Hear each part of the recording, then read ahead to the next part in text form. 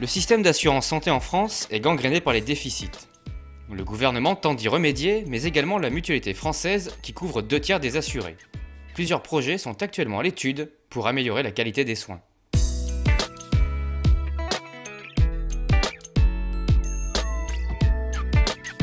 Les complémentaires, en général, dans le cadre de l'Union nationale des organismes complémentaires d'assurance maladie, l'UNOCAM, est en train de faire un travail sur une meilleure lisibilité des contrats. Parce que nous souhaitons, en tant que représentants des complémentaires, justement, notamment nous, représentants des mutuelles, que les mutualistes, que les gens qui ont des complémentaires comprennent bien ce à quoi ils ont droit et comprennent bien quel est le terme du contrat qui les lie à l'organisme qui les couvre. Donc nous sommes tout à fait favorables à une amélioration de la lisibilité de ces contrats. On y travaille en ce moment. Ce n'est pas très simple à faire, mais on y travaille et on devrait rendre nos premiers travaux là dans le cours du premier semestre. On va déjà essayer de les rendre plus clairs au niveau des mots, plus clairs au niveau de la présentation, mais tant que les tarifs de l'assurance maladie obligatoire seront aussi incompréhensibles et aussi compliqués, eh ben, ça restera compliqué pour les gens. Donc il faut aussi que l'assurance maladie travaille avec nous pour leurs tarifs plus transparents.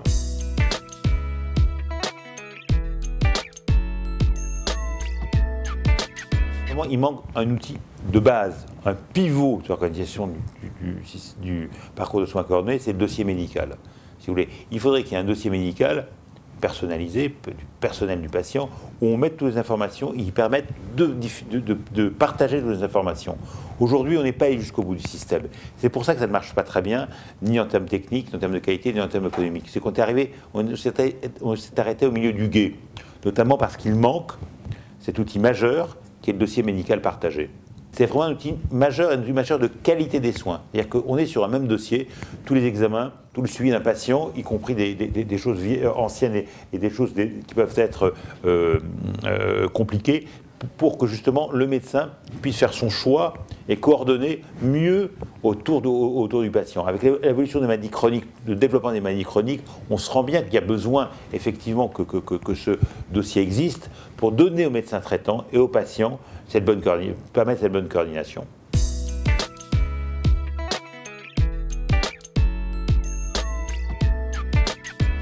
Il faut modifier l'organisation du système de santé, il faut le moderniser.